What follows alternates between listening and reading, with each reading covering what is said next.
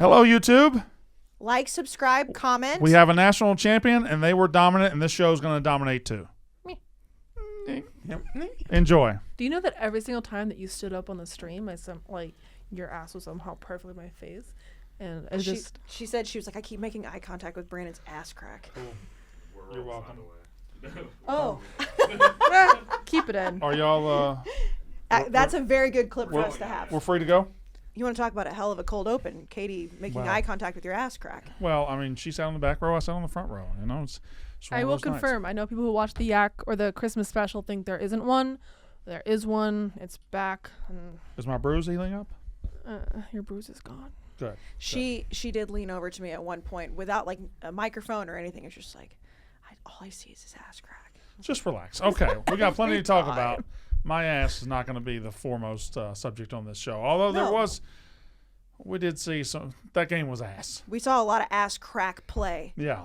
All right, y'all ready to go? Last real podcast after a game. Last late night for us this year. Let's go. Hello and welcome to Unnecessary Roughness, Barstool's college football podcast, coming to you right after the College Football National Championship game. We are, as always, brought to you by High Noon Hard Seltzer on a night that college football celebrated its biggest night, where you have your biggest game. I'm sure there were High Noons consumed across this country, and I'm sure in Athens, Georgia, and Atlanta, and Americus, and Augusta, and Savannah, plenty of High Noons are being consumed tonight. I will also say probably a lot in Fort Worth, Texas, because drinking also is good for It can help. It can help with a lot of things. And High Noon tastes really good, so the night might have tasted bad in Fort Worth. Not a High Noon. Down in Albany and Columbus, Georgia, and Valdosta, Statesboro, Bainbridge. Do you think that you could name Dalton 50 cities in every SEC state? 50? I would be shocked if I couldn't name 50 cities in every SEC state. There's not 15 cities in Arkansas. No shot. Oh, no, 1-5. there's not. There's not. If there were. I thought you said 50. Yeah, 5-0 or 1-5. Did I say 50? You I said meant 15. 15 I could do in every. Arkansas would be the toughest. Cersei. If I said 50, Pine I Bluff, meant 15, Little but Rock, Fayetteville. I thought I said 15. Yeah, it'd be tough to get to 15 in Arkansas. Jonesboro. Sure. All right. Anyways, every single city that you can name is drinking High Noon. They really are. High Noon is delicious and everywhere. fantastic. It's one of the, Even Utah. I'm having mic issues. It's okay. Be gentle. Got Gentle it. with Okay. Touch it nice. Ladies and gentlemen, we have a national champion. And for the second year in a row, it is the Georgia Bulldogs. And for the first year in a row, as Casey holds up to the camera, our Barstool National Championship merch for Georgia. Back to back. For the first year in a row, it was an absolute ass whipping from start to finish. It was unholy. It was epic. It was thorough. It's maybe the biggest ass whipping in the history of national championship games. Georgia played TCU. We'll get to TCU in a minute. Great story. Fantastic. We'll put them to the side. Georgia made a statement tonight. Casey Smith. It was a revolting game. I understand if you're a Georgia fan, you loved it. But from a fan's perspective, it was just gross from start to finish, as in just there was no entertainment value. Obviously, if you're a Georgia fan, you love that you won. You love you kicked the shit out of them. But it was a boring game. Yeah. Final score 65-7. Listen, Jack. TCU, hell of a story this year, and you can't take anything away from them. But when they got here, they were swimming in waters that were just too deep. They didn't have the legs. Yeah, no, I don't. That was just. Is tonight more of TCU not being elite, or more of Georgia just absolutely taking the time to say this is how far ahead of this country we are right now? So it's interesting because we look at LSU when they beat Clemson. We immediately say, oh, my God, did we just watch the best college football team ever? Right. This, we're like, oh, man, TCU didn't, talk about a team that probably shouldn't have been there. Obviously, we know they should have. They beat Michigan and whatnot. But the conversation was, we had it. Should have Georgia just played TCU in the semifinals? Should have we've seen this against, it would have been so much better if Michigan was in this game. And that's a conversation to be had. But, man, it wasn't even fun. I was disappointed at halftime because I was like, damn, this is the last game for 9 months or whatever, 8 months. Yeah. And it stunk. And the fact that we got two fantastic semifinal games should have let our brains realize. I mean, I know it let your brain realize, and I get that. We'll talk about that. But it was just it was too good to be true. It really was too good to be true. So to answer your question that you just posted, Jack, is it more about Georgia or TCU? I do think it's a mixture of both. I lean more towards Georgia's just that much better. Yeah, I think it's Georgia's just that much better than everybody else. Far and away more about Georgia. Georgia had a near-death experience against Ohio State in the semis, and they got up like a champion. They're like, well, that was too close. And for the last 2 weeks, I guess, they were just full of piss and vinegar because they came out. This was ass-whipping from start to finish. It was 7-0 in the blink of an eye. The closest it ever was 10-7. But once Georgia took control, it was over. Remember at 10-7, the room kind of was like, well, wait a minute. Well, I mean, TCU had that one little hold on a minute. One little life spurt, but then Georgia. There are so many ways to pick this apart, but ultimately Georgia, who waited 41 years between national championships, only had to wait 365 days for a second one, and now it has to be said.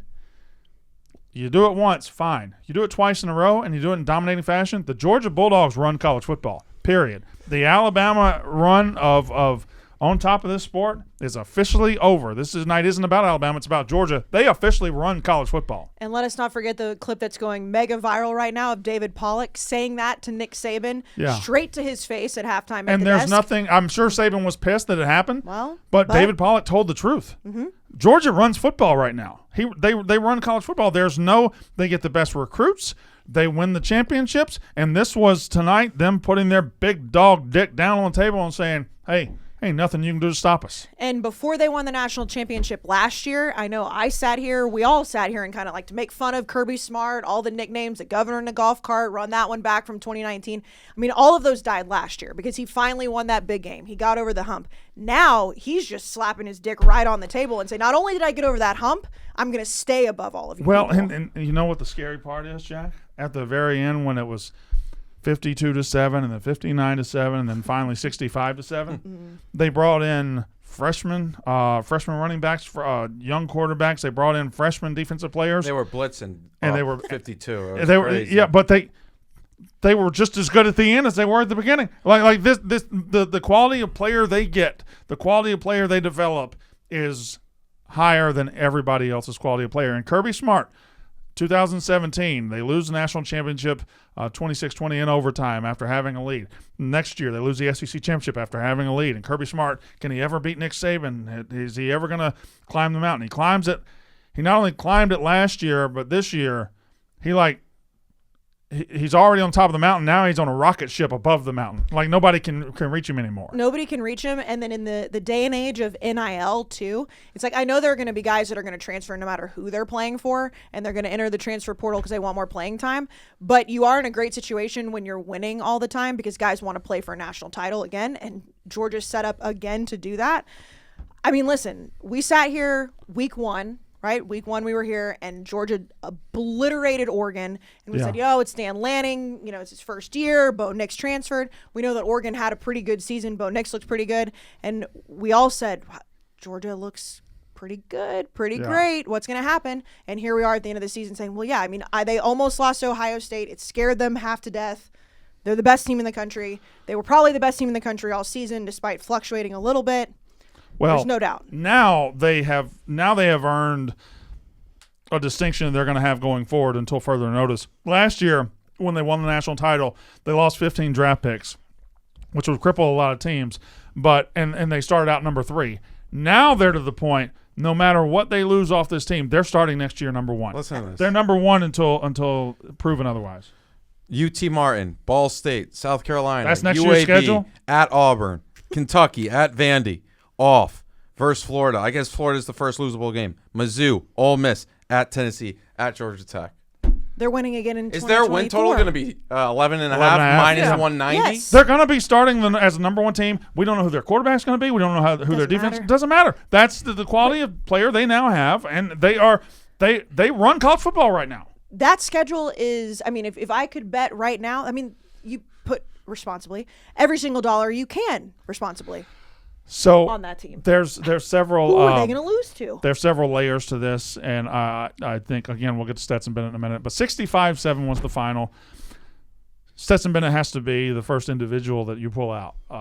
Stetson Bennett came out of high school, nobody wanted him. He walked on to Georgia, wasn't working out, goes to Jones County Community College, comes back to Georgia, has to fight off or has to outlast some 5 stars like JT Daniels, has to outlast some players that were already there.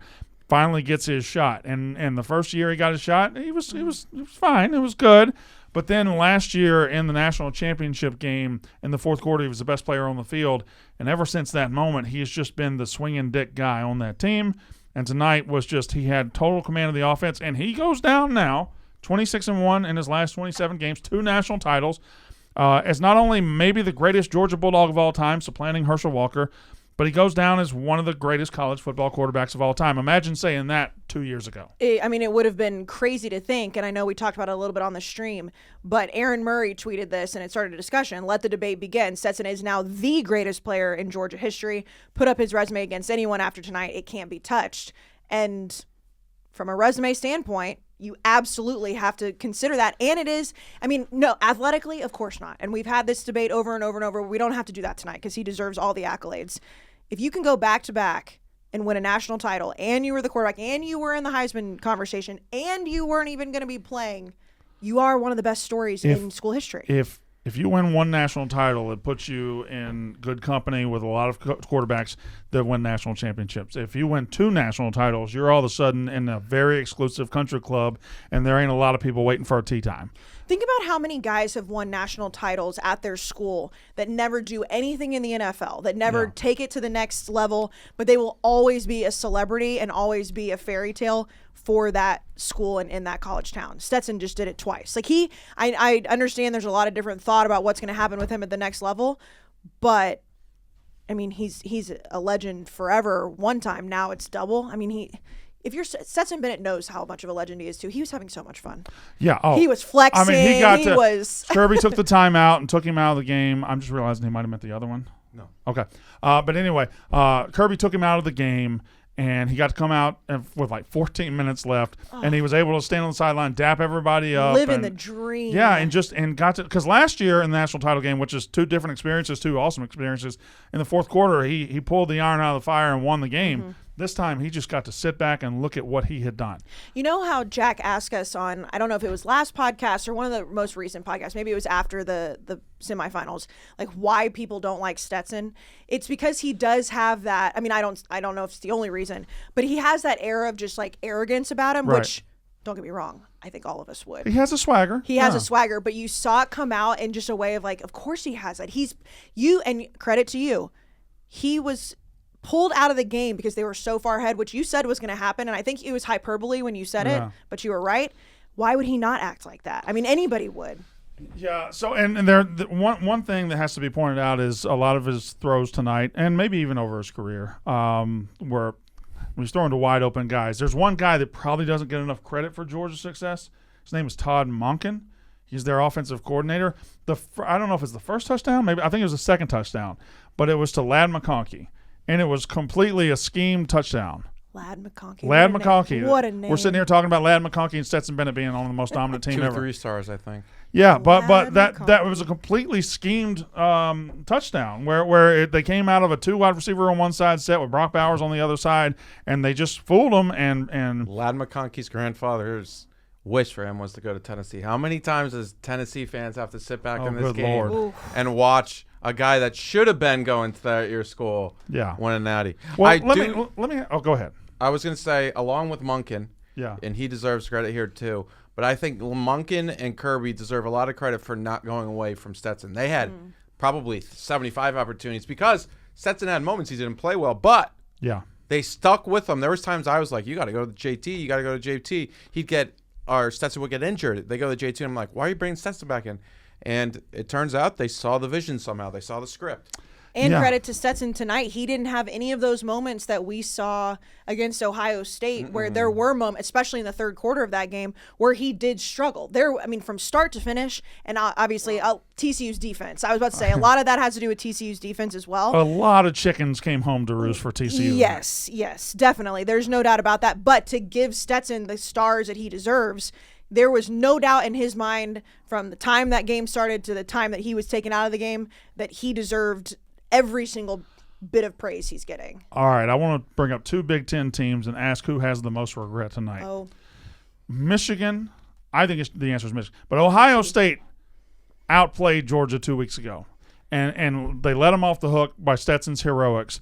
But Ohio State was right there to beating Georgia, and they didn't. And they would have cruised to a national championship tonight. Or does Michigan have regret for the fact that they just lost to a team who had no business whatsoever on the field with Georgia tonight? Now, that's not to say Georgia wouldn't have handled Michigan with ease.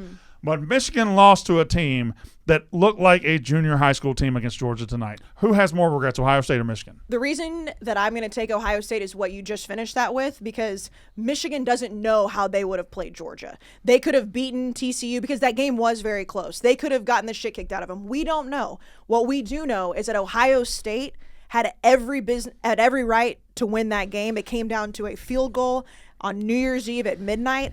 And I sat next to Big Ev the entire stream, and just the regret, he just kept saying over and over, under his breath on the microphone, we could have won a national title. Like, that if you almost beat Georgia, which they did, and then you watch that team, they would have maybe not been in the same exact situation, probably pretty close. Ohio State fans have to be kicking the shit out of themselves tonight. Well, they both do. They really do. Like, I would have, personally, if I had to do over again, I'd like to go back and I'd like to put myself in the committee room and say, guys, you need to match up 1 and 4, TCU and Georgia. Let that get out of the way. Ohio State, Michigan play, and then we'll have a good national championship game. Now, as it stands, we did have 2 great semifinals and a stinker of a national title game, and maybe Georgia was always going to end up here anyway. But in retrospect, you can say that, but also, and I mean, you were absolutely 1,000% correct on the game tonight. But a lot of people thought Michigan would do that to TCU in the first place. That it didn't really matter who TCU was going to play. I still think they should. I still have no idea how they didn't. But TCU, let's talk about them for a second. Their defense is so bad. What an incredible year for TCU. They were 5-7 last year. Oh, they fired Gary Patterson. Sonny Dykes comes in. Max Duggan takes them almost to the brink, takes them to the brink of glory, takes them to the brink of the promised land. They come out tonight and they were outmatched, outgunned, out everything. And that's no shame. There's been a lot of good teams that have been outgunned by Georgia. But, it almost became a running joke. I kept picking against them. Eventually, finally, I got it right. But what an incredible run for a team that nobody believed in at the start of the year. Jack, 65-7 rains on the parade a lot, but flowers still have to be given to a team that got to somewhere nobody thought they would. Yeah, you probably have to. It probably stings right now if you're a diehard TCU fan. I'm sure they're listening, or maybe this is a podcast you skip because it's just tough to think about. But when you look at it, your future's bright. I was asking this question at the end. How do you feel here? Do you feel like this was such a great thing that happened? Or do you look around and think, man, we're probably never going to be back here? And the one time we came here, we laid an egg because, yeah, Georgia was a much better football team. But 65-7, I mean, Kent State was within a touchdown of Georgia in the third quarter. I know it's different. There's difference and whatnot, but man, they just laid an egg. It just seemed like they were not even the same team we had been watching. It was so weird. I guess that goes to show Georgia's dominance. But I think you take this year. I know 65-7 right now hurts, and if you're in Fort Worth or if you're in LA right now, it hurts and it stinks. But ultimately, you ran up against. You were like a tulip that ran up against a bulldozer. Like, you just not much you can do. Yeah. If you look at the balance of the year, look where you are going forward. If you look at the transfer portal and the recruiting, TCU's getting a lot of guys out of this portal. And the Big 12's changing too. They are in position to be the big dog in the Big 12. They put themselves, their future based on this this spotlight. They're getting recruits they probably haven't gotten before. They're getting transfers they haven't gotten before. This is a team who is poised to capitalize on this, and this is why I thought the 12-team playoff is going to help a couple years from now. When teams get this exposure, they'll be able to get higher-rated recruits. They'll be able to get more players. TCU kicked the door down and went ahead and got a jump on it. So I think this is overall a great thing for TCU because it's going to raise the profile of their team going forward. but 65-7 stinks. I know it's not going to feel that way right now, and it probably won't for a long time, but there still is something to be said that score didn't happen in the semifinals. They still did take that next step for the Big 12, which in the college football playoff era, Oklahoma had not been able to do, because usually when we see that score for the Big 12, it is in the first game of the playoff. They still took that next step and made it to the national title game. Now, it was a disgusting display. It was horrible. It was an ass-kicking, but there is something to be said to guys that are coming to play for your team. You can be like, hey, listen, yeah, it was an ugly title game, but we made it to the title game. Yeah, no, this is you want to help us get over the hump, come play with Right. us. Come play with us, and maybe one day you'll be the guy that helps us take this team down. And it's not like, haha, LOL, the Big 12 is going to lose in the semifinals because they don't deserve to be there. Now, it is definitely feeding into the narrative of how good the SEC is versus the Big 12 and all the things you're going to see on Twitter. But in reality, and you've pointed it out as well, making it to the title game is much different than just being seeded as one of the top 4 teams. And they did that. And Sonny Dykes is an incredible coach. I don't know why it seemed like he didn't want to, like the first time they punted, from around midfield, it was like, okay, fine, the game's still close. There were multiple times throughout that game I was like, just fucking go for it. What do you have to lose? I thought Sonny Dykes' body language was kind of passive tonight. I thought it was like, it was weird. I don't know if the moment was too big for him, but whatever. He was never going to win that game. I think some of these guys sometimes look at the other team and they're like, fuck. They know. So the biggest problem you can have in sports, people think it's this or is that. The very biggest problem you can have in sports is when you line up across from somebody and they're just better than you are. Yeah, they just and there's nothing you can do about it. I think I wouldn't be surprised if Sonny Dykes looked around and was like, they're going to have our number. Yeah. We can put together a great game plan. Maybe some things will break our way. And I think this was his worst fear, and it came true. There was a point where I think McConkey scored the touchdown to put it over, maybe. He just looked at it, and he just said, wow. And I think he had that reaction the whole night, which – well, I mean, you can get mad at him, but he also is like, what are you supposed to do? It's like he's not the type of guy to throw his headset around. In fairness, you wondered if Georgia could win this if they played their B- game or their C game. Georgia played their A game. Mm-hmm. No, Georgia played that's the best Georgia we've seen since the Oregon game. Yeah, I think that was the best Georgia we've seen because there was points against LSU they didn't look great. Their defense looked like 2021 Georgia defense. Like vintage last year defense. We talked about their defense in the preview episode. They, despite them absolutely destroying LSU, they still gave up over 500 yards. They gave up almost 500 yards to Ohio State. And Ohio State's offense is a different beast than LSU. But they played their A game from top to bottom. But also, I think that there was just no doubt in Georgia's mind that they were the better team, and they've been there before. And I know that's such a cliche, like, oh, act like you've been there before. Like, what did they have to be nervous about? Nothing. In fairness to, or just in support of this, TCU came into this game averaging 45 points a game, one of the most prolific offenses in America, 188 yards tonight. I mean, the lines. Yeah, I see it. You saw this tweet? Oh, no, but Old Takes Exposure's got me from like a Kirby Smart tweet from like 4 years ago. By the way, you mentioned that. The Georgia fans that listen to this podcast, and it's not all of them, but some of them were like, oh, you guys have always hated Kirby Smart, and brought up that I called him a governor in a golf cart. Like, yeah, like 4 years ago. No. You guys weren't big fans of Kirby Smart. No, we're not at all. But you report on what you see. No, and until he climbed the mountain last year, he hadn't climbed the mountain yet. Right. Now he is the mountain. Right, and I don't feel like there was any time this season where anybody on this podcast was like, oh, Kirby's not that guy. Well, let me just want to paint the picture of dominance a little bit more tonight. Total yards 589 to 188. Passing yards 335 to 152. Rushing yards 254 to 36. First downs 32 to 9. It was something. And I got to say one thing. It's 2023 and we still got rain in a stadium that has a roof on it. Well, and I had completely forgotten until Dan brought it up that they had a lightning delay the first time there was ever an NFL game played in that stadium. How do you mess that up? We paid $25 billion for the stadium, and we got a roof with holes in it. And we got no walls either, so they have to mop the floors. I mean, did you see the clip at the end of the game where it looked like there was just like some sort of like it was a rainforest in there because it was getting caught inside the dome? Very bizarre. Jack, what tweet were you bringing up? Sorry, no, I feel like we started talking about something else, but there's a very good tweet from UGA Spike Squad. Romulus Augustus watching the fall of Rome, 476 AD colorized, and it's just Saban watching Georgia Yeah. It was That's a very good tweet. When He just got motivated to coach for another 10 years. you think? Yeah. He was going to coach for another 10 years, I think, forever. I did find it really he ain't funny going anywhere. when, you see, I think you tweeted it, Jack, from our account. It was like Saban, or maybe it was you, Katie. I don't know who tweeted it. Saban's going to find his way into a national title game, even if he's not coaching or whatever it might have been. You know that in the back of his head, he would never admit it. In the back of his head, he was probably like, damn, I hope Georgia loses this game. Also, Lincoln Riley was on the sideline, too. Yeah, because his so brother's close, the yet OC so far. for TCU. So, TCU, overall, They'll be disappointing. happy when the hangover's They over. will. I mean, this was a huge step forward for them. A huge fuck you to college football. None of you believe in us. We at least got there, got further than Michigan, got further than Alabama, got further than LSU, got further than Ohio State. Like they can put this in their history books as a great season. Ultimately, though, the reality of college football right now is that it runs through Athens, Georgia, and I don't know how I don't know how the roadmap changes. Well, I mean, Jack just read that schedule. I mean, Yeah. it looks like a pretty easy I don't path care, but I don't even care about their schedule no, I know, because but I'm saying, they're so good. They're so good, but then you add that to it.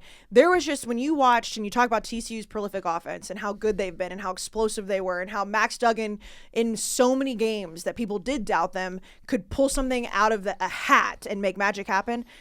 The defensive line and the offensive line for Georgia are they're absolutely monstrous. And every single time Max Duggan even had a second to blink, he had 9 guys on top of him. Well, the thing is, if you rank when TCU's offense was on the field and Georgia's defense was on the field, if you rank the top 11 players, if you just rank the players all in terms of ability, the first 11 are probably on Georgia's side. Yes. Like Max Duggan's probably the 12th best player on the field. That's how good Georgia's personnel is on both sides of the ball. He was swarmed all night. And, he made a couple Quentin of really Johnston, bad plays. one of the best receivers in the country, just absolutely pedestrian tonight. How many 3 yards yards. did he have? I saw a tweet. I think 1 reception for 3 yards. I mean, just absolutely dominated. And you're right. Georgia is not going to slow down anytime soon. They're going to continue to get that guys. But on top of that, the schedule is very, very in favor of the Bulldogs next year. TCU. I will say that, well, I guess it's more of a question. Making it to the national title game, every single one of us would love that. I don't know if any of us will ever have that feeling in this room. But when you do go get your shit absolutely kicked in, it does take away. I mean, I know that eventually when the hangover's over and all those things, you're like, well, we played for it. But the game was historically bad. I mean, quite literally historically bad. The most points ever. I almost feel like it was so impressive and a dominant performance. It was like it wasn't bad because it was just like a work of art from Georgia. But would you feel that way if you were a TCU fan? Oh, of course not. Right, that's what I'm saying. That's different. That's different. But there was forward. never and I'll say it like this: there was never really a moment tonight where I was bored. There's been some boring, I remember Notre Dame, Alabama when it was 42-14, and Alabama jumped out on them, and you just knew. You knew what the final was going to be, but then Alabama took their foot off the gas. Tonight, when Georgia's backups came in, they were still as entertaining. It wasn't boring because we were all rooting for the over. Because we were all having fun. But if you're like sitting at home and you don't have a penny on anything other than a team, or if you're just not a gambler, that game was boring.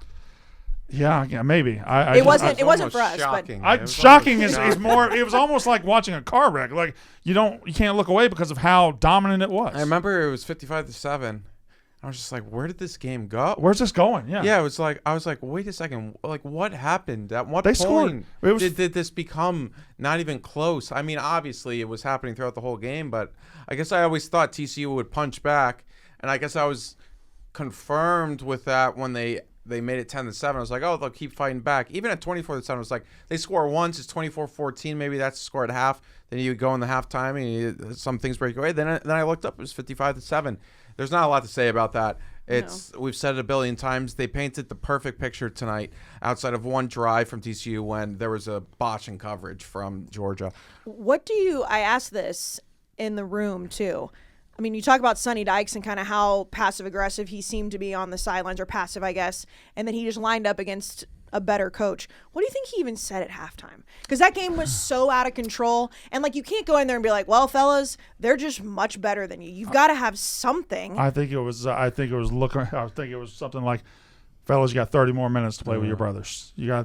I love every one of you, look around at everybody around you. That's what you're playing for the second half. Go out there and give it everything you got. Get one stop, yeah, and then score one, and then do it again, and it's a game. But there's not a lot to say at half, man. It's like I think even the players were like, "Fuck."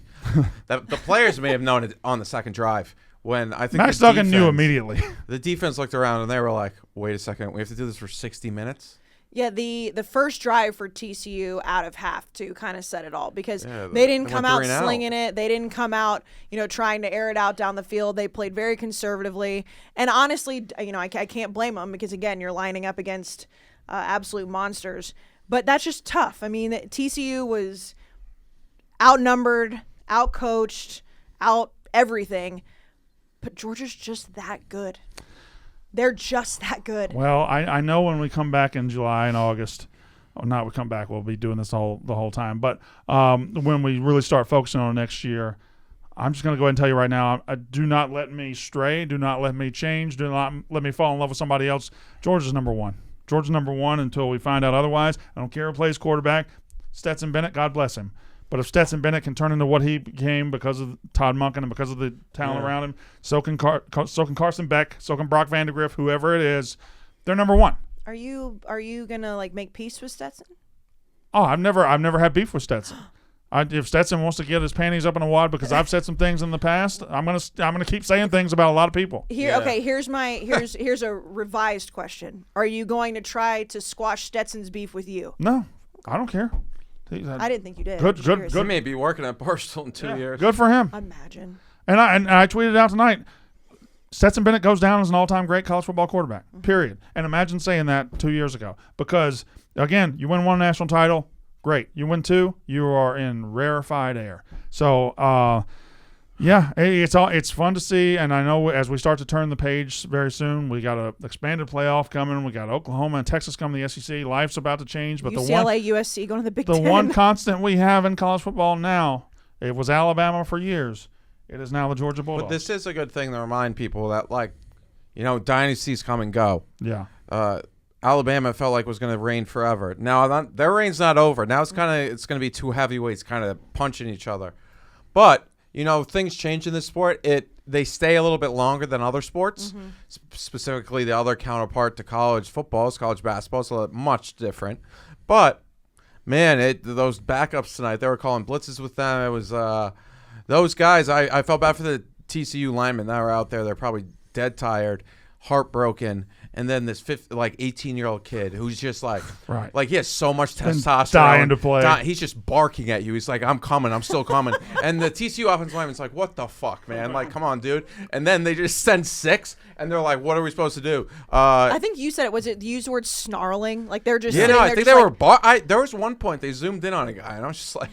Well, is he yelling at the offensive lineman? Kirby takes all right, so he did the Stetson thing, but then later in the fourth quarter, he takes the timeout and brings all his defensive starters off the field. And then this fucking unit he puts on the field, he's got a goddamn defensive tackle who's never played, who's 6'6", 340. He's got this linebacker who's running a 4.2 40. You see the next wave of Georgia Bulldogs, and they just keep coming at you like, my God, where are they getting them? Are we happy to see the Bama dynasty potentially threatened, or is it like, well, oh shit, here we go again, here's another big bad No, monster? I think it's good. I think it's good because Saban dominated the sport for longer than anybody's really ever dominated the sport. He had it for 15 years. And now, if he's going to get back on top, he's got work to do. He's going to have to do it without Will Anderson and Bryce Young, and he's going to have to beat something he created. He showed the model. He invented how to do this, and Kirby learned it under him, went over to Athens and did it, and now Saban's got to – it's actually kind of – he's the underdog now. He did defeat Dabo, though. We had these same conversations. If we had this podcast, we would have been like, Clemson's next, and then they weren't. That's a lot. I'll say, but Jack, I know you're right. You're right. I don't know that Clemson got to the level of dominance that Georgia's at now. Well, yeah, it's back to back. We haven't seen that since Alabama. Yeah.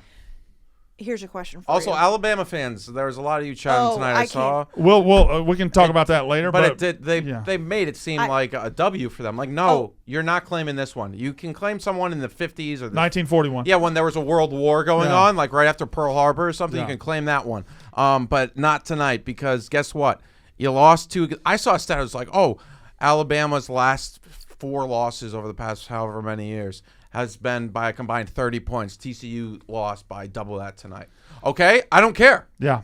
Yeah, no, Alabama fans, the unsolicited coming into the mentions being like, so. You know what they're going to say, right? Like, they're like, oh, so. Oh, you're still talking about Alabama on national Yes. championship night. Well, we are. They have us by. Well, They have us by the fucking, what do you call it? And Nick Saban was at the desk. But Yeah, also throat, just the idea that they, I had multiple people saying, well, don't you think we would have played better than TCU? Well, then you can't lose 2 games. It's not an it comes down to invitational. it. But that is why, and I know you mentioned the playoff expansion.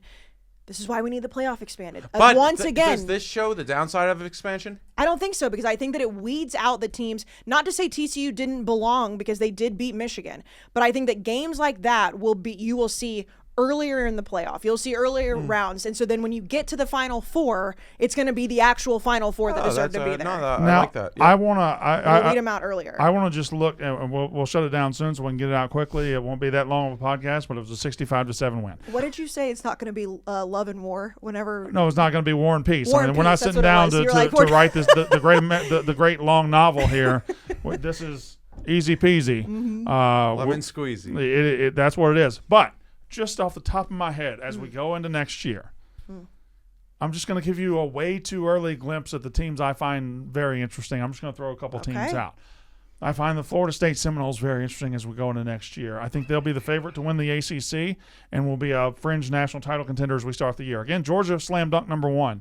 Yes. LSU's bringing a lot back. LSU's bringing a lot back. They're going to be very interesting next year. Tennessee, the way they played in their bowl with Joe Milton, like if he made Hendon Hooker as good as he did, Tennessee's interesting. You want to talk about something we wouldn't have said when Joe Milton had the couple games he had for Michigan?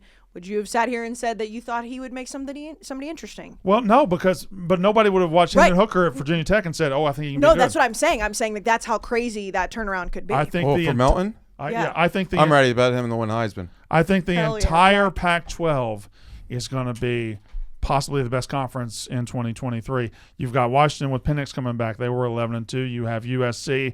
Hopefully they'll get some defensive transfers to get a little bit better. UCLA will still be pretty good. Oregon will be good with Bo Nix back. I'm missing Utah's got Cam Rising back. Interesting. Deion's now in Colorado. The Pac-12 will be one hell of a conference in 2023. You know whose team makes things interesting is Katie's. North Carolina is somebody to look at. Drake May taking a step forward again. Bringing Drake May back. And then there's Alabama. Notre Dame's an interesting team too. There's Notre Dame with Sam Hartman. Very good transfer there. I think Alabama's very interesting in the fact that they're not going to be one of the top 2 favorites in the SEC next year. Bryce Young gone, Will Anderson gone. They're going to be starting over, and they're going to be looking dead up at Georgia. Yeah. How do they respond? So Who's that their was quarterback? Yeah. So that was going to be my Milroe? question, and we got off on a different topic. My question is I mean, obviously Nick Saban's always terrifying. He's always going to be, no matter who the next dynasty is, no matter who's winning. Does a Nick Saban not being favored scare you a little bit, especially being in the SEC West? Like, to me, it's almost just like, I say scare. Like, I don't. Scare me? No. Interest me? Intrigue me? Yes. It's kind of like, what does he do when he doesn't walk into a season and just even we all did it sitting on this podcast. We all thought Alabama was going to win the SEC title this year. Everyone, because I remember, did. I know I did. in the offseason, people were like, oh, Saban's joking. Saban's happy with the team. He's smiling. We're all He like, thought it was oh, a rebuilding fuck. year. Yeah. Right. I mean, the graphic that last year was a rebuilding year. the graphic that we put out in the offseason was that it was going to be Georgia, Alabama in the SEC title game. Alabama was going to win. Now, I don't think any of us would say that. That is I say scary just because I don't want to have to play him, but it is an interesting element of like, well, All right. so Nick Saban's going to be mad. Last go around the table before we cut it out. Okay. The 2023 football season, the 2022 football season will be remembered for what? I guess I'll start since I brought it up. I think a couple things spring to mind. Number one is the year that Georgia became the unquestioned alpha dog in this country. That happened tonight. And number two would probably be the return of some long-awaited powers like Tennessee. Tennessee dominated a lot of the season from a news perspective. USC dominated a lot of the season from a news perspective. So we started to see some teams come back, but the main takeaway is this was the year Georgia became the new Alabama. And to kind of pile on top of that, the year that we're going to actually have to see somebody other than Nick Saban like carry the torch, because that was, I think, all season. I mean, and shout out to Katie, because we sat again out at this table after the Oregon game, and Katie said, you never doubted that Oregon or that Georgia was going to be good, even though they lost the 15 draft picks. I had faith that everyone lost their draft picks. I'm like, if Bama has replaced their guys, why can't Georgia? Yeah. A smaller like microcosm of this season. I mean, first year coaches that were with a new team. Sonny Dykes, Riley. Yeah, Lance Leipold, and I know that Kansas kind of fell off. But when you look at how coaches are treated now, when they go get a job, and the leash is much shorter than it used to be. A lot of coaches get fired a lot earlier. But now we're also seeing that you can get into a school and get into a team in year one and make the national title in year one and cause havoc in your conference. I think that's a huge storyline moving forward. Jack, anything to add about the 2022 season? The 2022 season we'll look back on as the year NIL took over college football. He's right. That's the name of the game now. I heard what he said, Casey. I'm just saying it was a great answer. I saw your face be like, shit. I do agree with all what you two said. Jack, you won, okay? You won. But this is the game's changed forever. If you don't have the money, it's over. Yeah. Because there's going to be I think there's a few schools out there that are really nervous right now. I understand, and you're right to a point. The only counter I would say is we just watched a team who's probably not high in the NIL rankings at all play for a national title. I think they're pretty high. For every rule, there's an exception. You think TCU's high in the NIL rankings? Oh, sorry. I thought you meant Georgia. No, I was like, they got the biggest bag. But they do, yes. Yeah. But we just in the year the NIL really took a hold and everything. Yeah. Like TCU played for a national title. That's no. I think if maybe I it's the didn't exception say that proves the NIL, rule. Yeah. If I didn't say NIL, I would have said this is the year of the underdog. That the underdog is the year. You can see we came into the season right, and we all said it. Ohio State, Alabama. We can just sim the rest of the season, and then let's go there. And they didn't make it. Now Georgia was number 3, and they won, and they won by handedly. But all that being said, it does show that little teams can come out of nowhere and be like, hey. Well, to your point, Tulane won the Cotton Bowl. Yeah. Tulane beat USC in the Cotton Bowl. TCU obviously plays for a national title. So these you can slip through the cracks. Still. Yeah, and it obviously takes literally so many things breaking your way, but sometimes that's the underdog story. Now can we say it? And I'm going to give you your time. Can we finally say it? I've been hemming and hawing and beating around the bush. That TCU, one of the luckiest runs of all time. TCU just had one of the luckiest runs of all time. I mean, they just did. The breaks they got along the way could fill up encyclopedias if those are still things. Well, and they were playing the highlights throughout this game. Like they replayed the Baylor. You're talking about quarterbacks going down. Kick. You're talking about J.J. McCarthy throwing you 2 pick sixes. The road that they had, it's amazing they traveled it, and they earned all of it. But my God, we'll never see a series of events like that again. It is fun, though. I think it's fun that there can be lucky things that can happen in this sport, and you can see an underdog. But the only thing is, sometimes that's the playoff, man. Yeah. You could have seen. You know what? Really, you could have seen. Let's say Georgia dropped the game. You could have saw in the old system TCU against Michigan in the national championship, and TCU would have been a national champion. Yeah. But with the playoff, you got to do it twice against the best of the best. Yeah. And sometimes luck runs out. But Katie, what? All right. So the 2022 season, Katie. New beginnings. New beginnings. You have this maybe painting with too big of a brush, but you have new beginnings. You have quarterbacks like Bo Nix, Michael Penix, everyone throughout the dishwater came back. They have new places. Oh, hey, look at you. And now they're up for Heisman's next year. Part 2, new coaches, new homes, Sonny Dykes. You have Mike Elko. You have Jim Mora. Others I'm probably forgetting. You have the new beginnings of new era of college football with NIL. New beginnings also, you have the Georgia new dynasty. It's like maybe this is the beginning of the end for Alabama. You know what Katie just did? She took all of ours and put it in one beautiful little. Put it in a box. And then, she did. She took it. Yes, I will say she took the bigger picture and just dunked on us. I had the new beginnings in my head after Brandon and Casey, you did it perfectly. and then the Jack one fit in too. But it's and the transfer portal. Yeah, I think that everything this year, that we said, Katie just put in a nice, beautiful little package. One more thing to add to the 2022 season. Yeah. Shout out to the boy Mike Leach. one of the all-time Yes. greats. We said goodbye to him this year. I have another new beginning. Go ahead. A new beginning for us for having a producer. Thank you, Noah. Noah! Shout out to Noah. I think Also- we all agree Also, that the Casey was literally having a new child. Okay, yes, yeah, that's but he's correct. not here yet. So Well, hold it's on. Let me good. just we'll let me check give him in his proper tomorrow. flowers. Yes. Noah, not to. I think you take this the right way. Yeah, But the things you brought to this podcast were immeasurable. Thank you very much. We love you, Noah. I take that in more than the Yes. right way. He's been awesome, and it's what we've always wanted, and it's been more. So and It's probably helped your life a whole hell of a lot. yeah, Noah's my best friend. Yeah. Now we got an off season to plan. We really do. And yeah, if for people, I know, You don't get votes in the off season. You're going to be gone having a baby. well, not the whole time. All right. For the people, I know we have a lot of new listeners this year because our audience was growing. Again, shout out to everybody on the team. Noah, we do this podcast in the off season. Yeah. It's not the end. Like I feel like we've sat here before, not in this room, and been like, all right, we'll see you when football starts again. Nope. No, and We've done the off season every year. yeah, and We have? and- Yes. Yeah, we have. We've never not done the off We've season. never done the off season. We didn't do it at comeback season, but all of us have always done off season. Oh, that's what I'm thinking. That's our fourth season together. Yeah. We just did 4 years. We're in our grad year. Yeah. No, but We're- 1 year didn't We're becoming count. Stetson next year. Did you see? There's a lot of people being like, "Oh, people who are 25, they're getting their PhD," and it's like, who fucking cares? You just, Well, those 18-year-olds will get their I'd PhD. rather win 2 national titles. No offense. I mean, listen, people that want to dunk on Stetson by saying that he's 25. Why? I mean, We all travel different paths.